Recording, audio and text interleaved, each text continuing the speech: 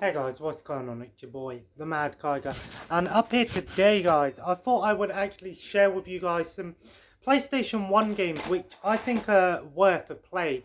Now, I don't have loads of PlayStation 1 games, I have maybe like 50 or so PlayStation 1 games, and there's a bunch of PS1 games that I do want in the collection.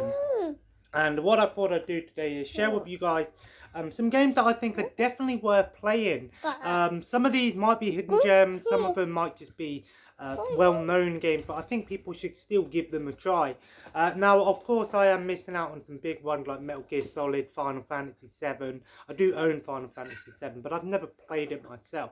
These are just personal opinions and games that I think are definitely worth trying out at some point.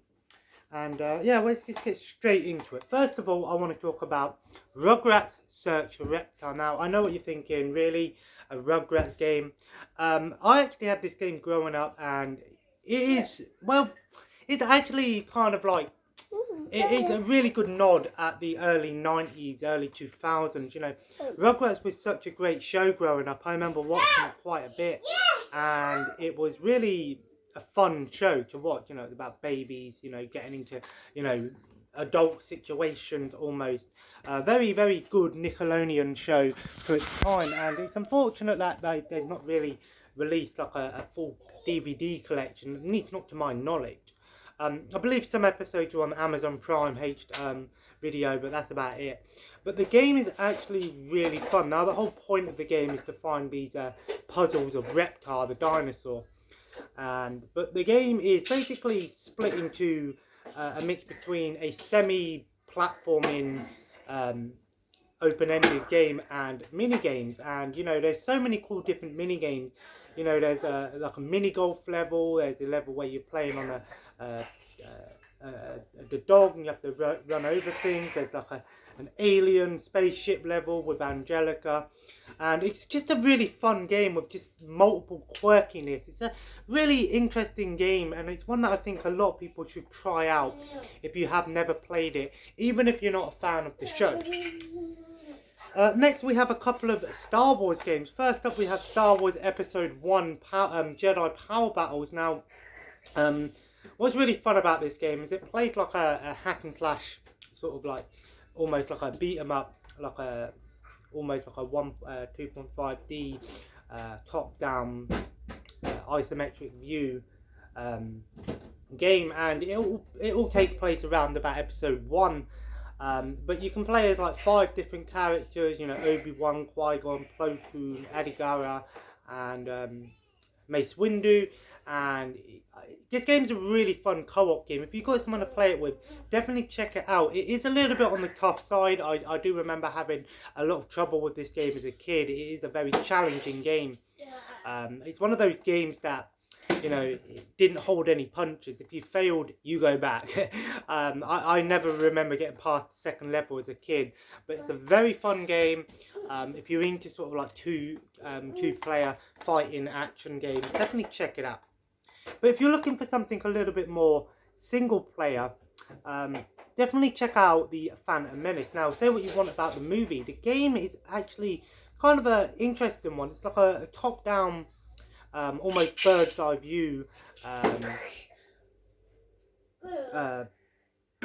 It's like, almost like a bird's eye view game, and you get to play as obviously Obi-Wan and Qui-Gon, but you also get to play as Queen Amidala and Captain Panaka. And this game almost has like an RPG element to it, where you get to go around and you find like upgrades and new weapons and stuff.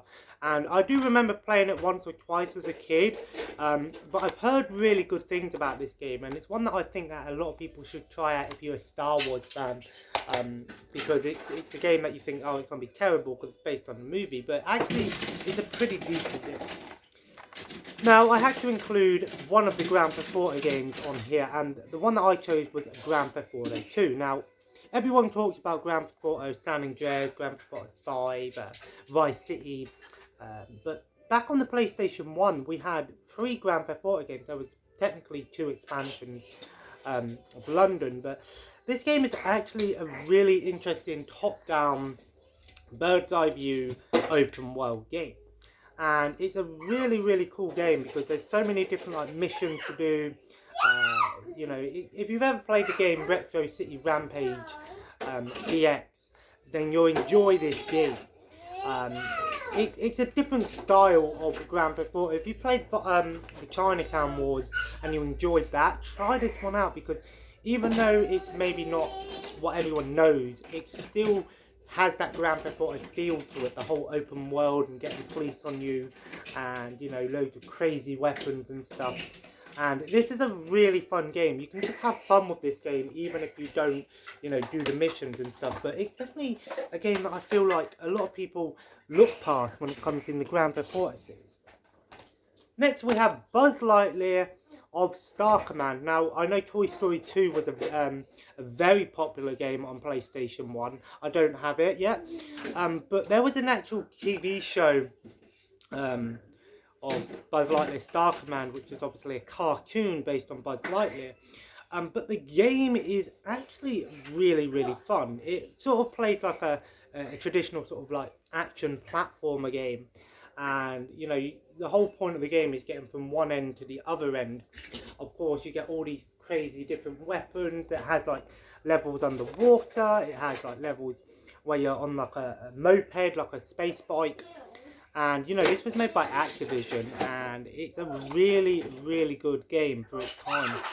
And even if you've never seen the movies or never seen the show, it's definitely one worth checking out. I do remember the show. I might have seen maybe one or two episodes, but the game is really good. And, you know, Disney games at the time were fantastic. And this game doesn't disappoint, definitely for sure. Sorry about the noise, I wanted to do a video at least. Next we have Cool Borders. This is Cool Borders 3. I also have the second and the fourth game. Now, Cool Borders is a game that this was before SSX. So SSX, we all know, was an awesome, like almost like arcadey snowboarding game. But Cool Borders combined a mix between simulation, some arcadey stuff, and this game also has sort of like almost like a road rage thing to it, where you can like punch other people off the you know, and stuff like that. But I remember these games being really awesome. You know, it's not as good as SSX, but they are still worth a try. And Cool Borders is a series that went on for, you know, a little while, and then it just sort of died out. I think SSX come and overtook the snowboarding craze at the time. But definitely one worth checking out. I really highly recommend this game. Bear with me a minute, I need to go and get another game. So up next we have Anna Kournikova's Smash Court Tennis. Now, I've talked about this game before in the past, and I've got to say that I'm going to be honest with you, I'm not a big sports guy fan. I really am not.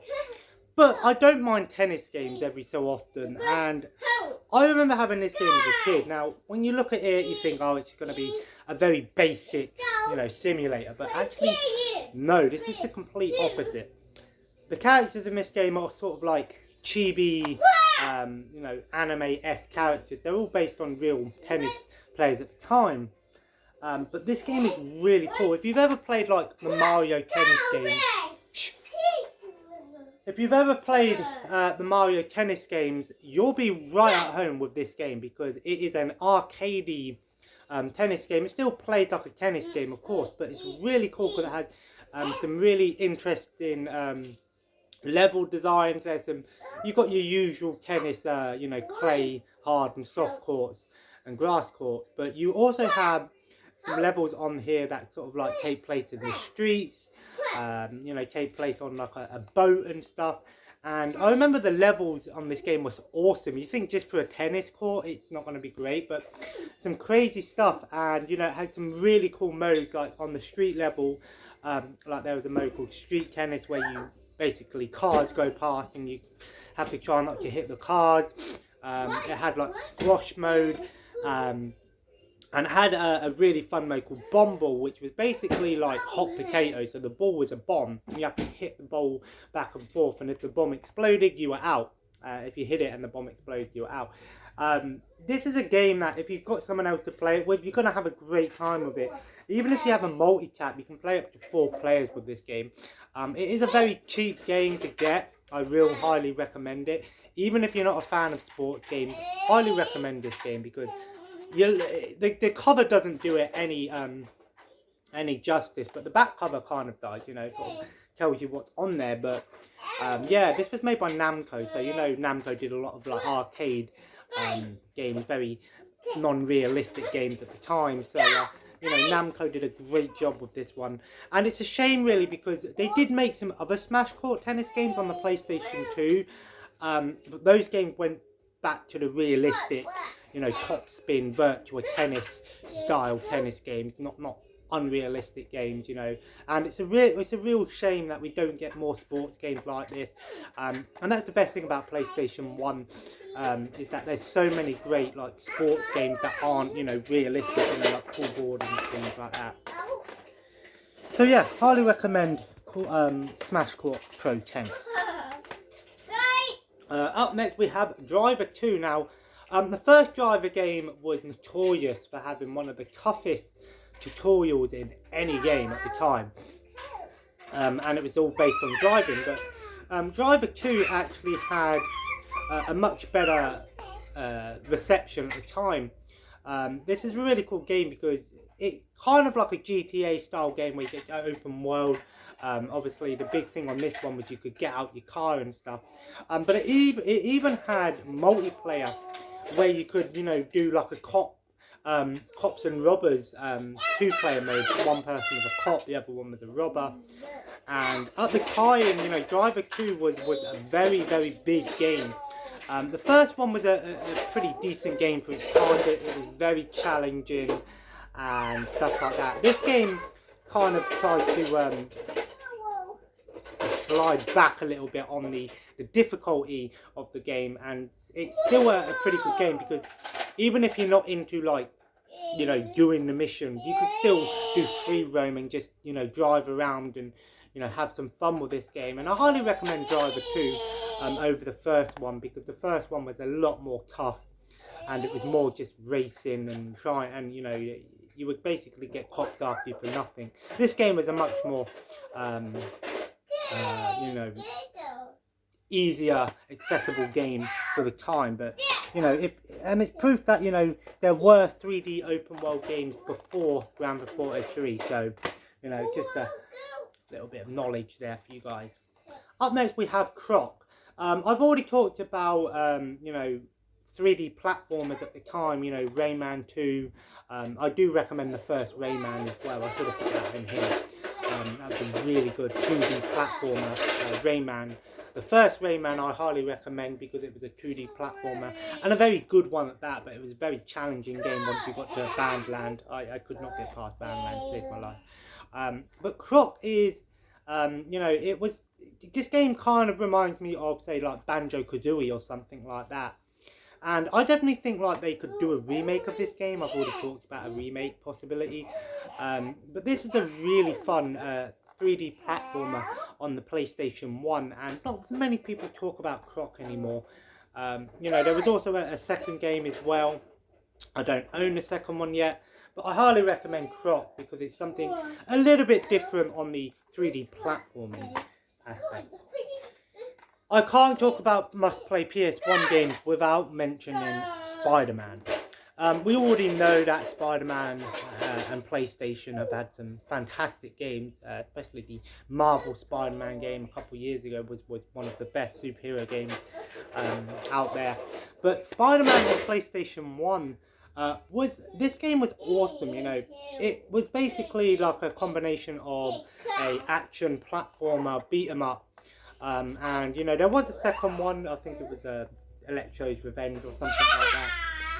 And this game is challenging. It definitely is challenging. It had an interesting concept where basically your web was an ammo. Basically, if you had a web, you couldn't just go around using the web all the time because you'd have to pick up, pick up ammo for it.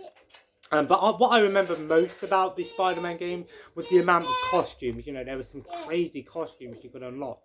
But I highly recommend Spider-Man if you're looking for a fun superhero game on the PlayStation 1, and it's a pretty good game, and it still holds up to this day. Another movie game, and that is Small Soldiers. Now, I already loved Small Soldiers, the movie, growing up. It was one of my all-time favourite movies at the time. But Small Soldiers was a really, really fun game. You know, this was like a 3D shooting, third-person shooter with action elements, of course. It had a pretty fun, like, two-player mode. One played as the Gorgonites, the other one played as the soldiers. I forget their name. Major Chip Hazard. But this is another movie game that not a lot of people talk about, and I highly recommend it. You know, PlayStation 1 had so many movie games, and most of them were really good, to be honest. So highly recommend Small Soldiers. Up next, I recommend Micro Machines version 3. Micro Machines V3 was like, this was my jam as a kid. You know, I've already talked about the Micro Machine games before, but Micro Machines V3, in my opinion, was one of the best multiplayer games as a kid. You know, it's a really fun single player game, don't get me wrong. Of course, it's like a top-down racing game. It's been around since the NES days, you know, unofficial NES games. But you know, it's a really cool game because, you know, you had all of these, like, levels that were based on, like, real things, like the breakfast table, pool tables, the beach, gardens and stuff. And, you know, how it worked is, it weren't like your traditional racing game where, you know, you had to come first. You know, you could win by completing the track, but how you won in this game is basically you had to try and outrun the other people on the screen. So if you got to the edge of the screen and your person you was against didn't touch the edge of the screen, you gain a point, and so forth. This is a really fun two-player game as well. Even if you can have up to 8 players as well in this. If you had 8 people with this game, I can't imagine how fun this would be. But highly recommend Micro Machines. I also recommend Micromaniacs. I thought I had a copy of Micromaniacs, but obviously I don't, so I need to track one down. Micromaniacs was very similar to Micro Machines, but instead of cars, you were like little people, and it was a really fun game, just as good as Micro Machines, if not better. Next we have S-Cars, or Scars. Scars was a kind of another example of, you know, PlayStation 1 really being about bringing as much variety as possible, you know, because this was still at the era where games could be experimental. This game is kind of like, if you've ever played like Roll Cage or a Hot Wheels racing game, then you'll enjoy this one. Every car in this game is like based on like an animal or an insect or something. And yeah, it's a really fun racing game. You know, it's non-realistic, it's arcadey. And I highly recommend Scars. It was also on N64, and I do have it on N64. But I remember having a lot of fun with this one as a kid. There was another game like this on PlayStation 1, and I can't remember the name of it. Up next we have RC to Go. RC to Go was this game is a budget game. It was actually made by Taito and Acclaim. This game is basically like, it's all about RC cars. And it plays sort of like, if you've ever played RC Pro-Am, or, you know, Off-Road, Super Off-Road, or something like that. In fact, it might even be part of the RC Pro-Am series, I'm not too sure. It's got that sort of isometric view again, and it's really cool, because this game has like an RPG element to it, where you earn money for winning races, and you can upgrade your car, your little RC car, get new abilities and new customization options. And yeah, this game is really fun. I had a lot of fun with this one as a kid, and it's one that I still go back to and play this day and still holds up. As is the same with Total Driving, I've already talked about this game in depth before. This game was basically on first look, it plays very similar to like other racing games at the time. But what was great about this game is it weren't limited to one style of racing. You know, you had your traditional supercars and, you know, touring car style thing, but you also had rally cars, you know, almost like Formula 1-esque cars, rally cross, beach buggies. And I remember having so much fun with this game as a kid. Everything about this game just brings back some memories. And this game has an amazing techno soundtrack. I highly recommend this game. The soundtrack is awesome. Look it up online on YouTube. It's a great soundtrack. It's a really fun racing game, and not many people talk about Total Driving. I believe in America it had a different name. I can't remember the name, so look it up. But yeah, Total Driving is a total great game. As is the same with Demolition Racer. Everyone talked about Destruction Derby on the PlayStation 1 being one of the most well-known, you know, banger racing games. But Demolition Racer was actually, in my opinion, better. I prefer this over Destruction Derby. You know, it was a very fun racing game in its own right. In my opinion, it's sort of like is a precursor, an early precursor to Wreckfest. And you know, there's lots of different cars you can get, and you know, it has some pretty cool racing modes. You have like Chicken, where some cars are coming towards you and you have to dodge them. It had like the traditional Destruction Derby like survival mode. My favourite mode on this mode was the opposite of Last Man Standing. It was basically the first one to get destroyed that wins. And I loved games that did that, you know, always tried to get the highest score and getting the most damage and stuff. But had a great time with this one back in the day, and it still holds up well today. I believe the Sega Dreamcast version is the best version of this game though. Then we have SmackDown. Now, I had to include one wrestling game on here, and SmackDown, I gotta say, man, you know, this was like a precursor, a very early precursor to the SmackDown vs. Raw games, you know, and these games were awesome, you know.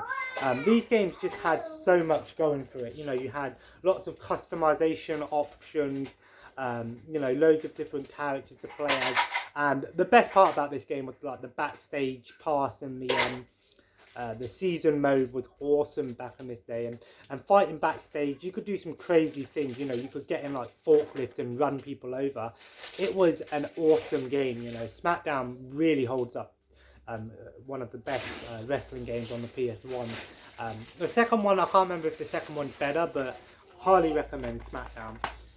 And last but not least, my holy grail, No One Can Stop Mr. Domino. I remember looking for this game for so long, and when I finally found it, I was so happy. This game is basically like, imagine like an on-rails runner, basically. The whole point of this game is you have to go around the track, laying up these dominoes, and then you have to go round, and then you knock them over, kind of thing. And it's all like on rails, so you have to dodge things and stuff. It's a really weird and wonderful game. And I remember playing the demo as a kid and absolutely loving this game. But to this day, I still haven't played it, so I need to go back and play this game. But No One Can Stop Mr. Domino is a highly recommended game by me. There's nothing else like it. I believe there was a sequel on the Wii, or a spiritual successor on the Wii. I can't remember if it's called Domino Master or something else. But yeah, highly recommend No One Can Stop Mr. Domino. Anyway guys, I hope you enjoyed today's little video. Sorry about the noise in the background, I can't really do much about it. I'm on my own today at the moment. I just wanted to share with you guys some PS1 games. You know, some of these are hidden gems, some of them are well-known games, but these are just games that I recommend. You know, games that I think everyone should at least try. Maybe some great games to get your collection started for the PS1. And as always guys, comment below, let me know what your favourite PS1 games are. Have you played these games? Are these games any better than what I'm giving them credit for? And as always, subscribe if you haven't already. Follow me on Twitter, Instagram and Twitch at The Mad Tiger. I will be streaming tonight some State of Decay 2 possibly, with my friend and my partner for a little bit. So we're going to try out the new State of Decay 2 update and see what it's all about. Haven't played it in a while, so who knows. And as always guys, have a nice day, and I will see you in the next video. Take care, and bye-bye.